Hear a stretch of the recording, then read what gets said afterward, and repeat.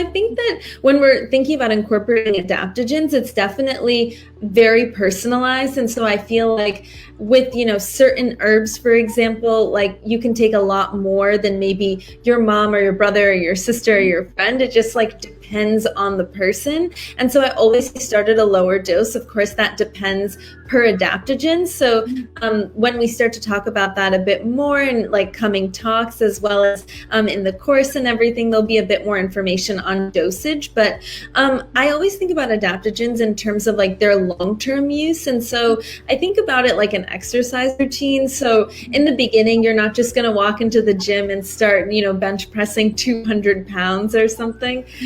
And so you work up to that. And so I think that also with exercise, there is that like long-term benefit, and you don't see the effects initially. And so with a lot of adaptogens, I say anywhere from 2 to 6 weeks, even 6 to 8 weeks, that there is that need for consistency with taking them.